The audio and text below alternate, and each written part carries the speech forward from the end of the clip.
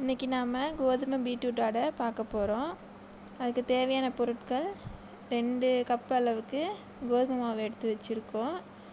அதுக்கு தேவையான பீட்ரூட் துருவி அது 1 கப் அளவுக்கு எடுத்து வச்சுருக்கோம். அடுத்தது பெரிய வெங்காயம் அதை கட் பண்ணி அது 1 கப் அளவுக்கு எடுத்து வச்சுருக்கோம். கொத்தமல்லி, கருவேப்பிலை, 2 வரமிளகாய், ஜீரகம், தேவையான அளவு உப்பு. இப்போ வதக்கிறதுக்கு தேவையான அளவு 1 ஸ்பூன் எண்ணெய் ஊற்றிக்கலாம். எண்ணெய் சூடானோடனே வரமிளகாய் போட்டு நல்லா வதக்கி விட்டுருங்க. அடுத்தது நம்ம வெட்டி வச்சுருக்க வெங்காயத்தை போட்டு நல்லா கிளறி விட்டு பாதி அளவு நல்லா வெந்தோடனே கொஞ்சம் ஜீரகம் சேர்த்துக்கோங்க. வெங்காயம் பாதி அளவு வெந்தால் போதும், ரொம்ப வெந்துட்டாலும் அடைக்கு நல்லா இருக்காது. இது லைட்டாக வதங்கினோன்னேவோ நம்ம அடுத்தது பீட்ரூட் சேர்த்துக்கலாம்.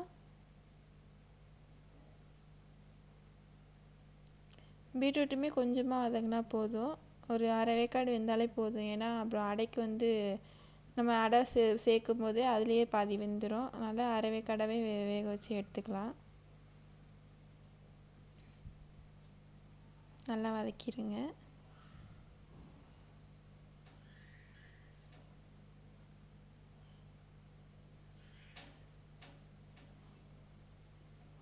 அடுத்தது இதுக்கு தேவையான அளவு உப்பு சேர்த்துக்கலாம். ஒரு அரை ஸ்பூன் சேர்த்துக்கிறோம்.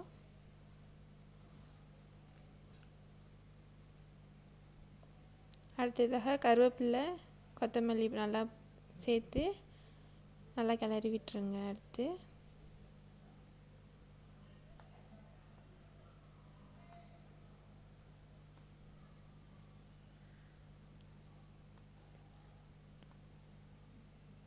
நல்லா கொஞ்சம் வதங்கிடுச்சு. நல்லா இதை அப்படியே ஆற வச்சுருங்க. ஒரு 5 நிமிஷம் நல்லா ஆறினோடனே அடுத்து மாவோடு சேர்த்து பிசைஞ்சு எடுத்துக்கலாம். இப்போ இது நல்லா ஆறிடுச்சு. அடுத்து நம்ம இதை மாவு கூட சேர்த்து அடைக்கு தேவையான பதத்தில் பிணைஞ்சிக்கலாம். இப்போ 2 கப் அளவுக்கு மாவு போட்டிருக்கோம். அதுக்கு தேவையான ஒரு அரை ஸ்பூன் அளவுக்கு உப்பு சேர்த்துக்கலாம். சேர்த்து நம்ம ரெடி பண்ணி வச்ச அந்த பீட்ரூட் எல்லாத்தையும் உள்ளே போட்டுக்கலாம். போட்டு நல்லா அடைக்கு தேவையான பதத்தில் பிணைஞ்சி எடுத்துக்கலாம். அது பிணைஞ்சி எடுத்துக்கும்போது சப்பாத்தி அளவுக்கு ரொம்ப கெட்டியாகவும் இல்லாமல் தோசைக்கு மாதிரி ரொம்ப தண்ணியாகவும் இல்லாமல் இது மாதிரி நல்லா நெல்லு நல்லா இதாக பிணைஞ்சி எடுத்துக்கணும். பார்த்துக்கோங்க எப்படி இருக்குன்னு. இப்படி இருந்தால் தான் நம்ம அடை தட்டுறதுக்கு நல்லா ஈஸியாக வரும்.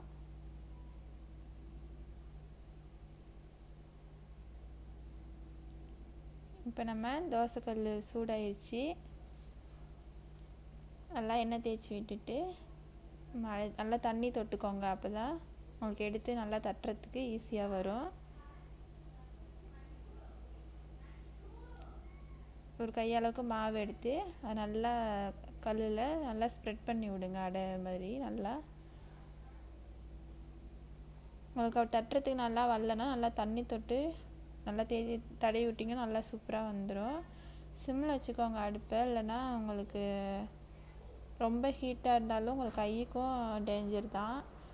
அதனால் சிம்மில் வச்சு நல்லா வேக விடுங்க. நல்லா வெந்துகிட்ருக்கு. இப்போ பிரட்டி போட்டுக்கலாம். இதை நம்ம சும்மாவும் அப்படியே சாப்பிட்லாம், இல்லை இதுக்கு சைட் டிஷ் தேங்காய் சட்னி செம்மையாக இருக்கும். நீங்களும் இதை ட்ரை பண்ணி பாருங்கள். தேங்க்யூ.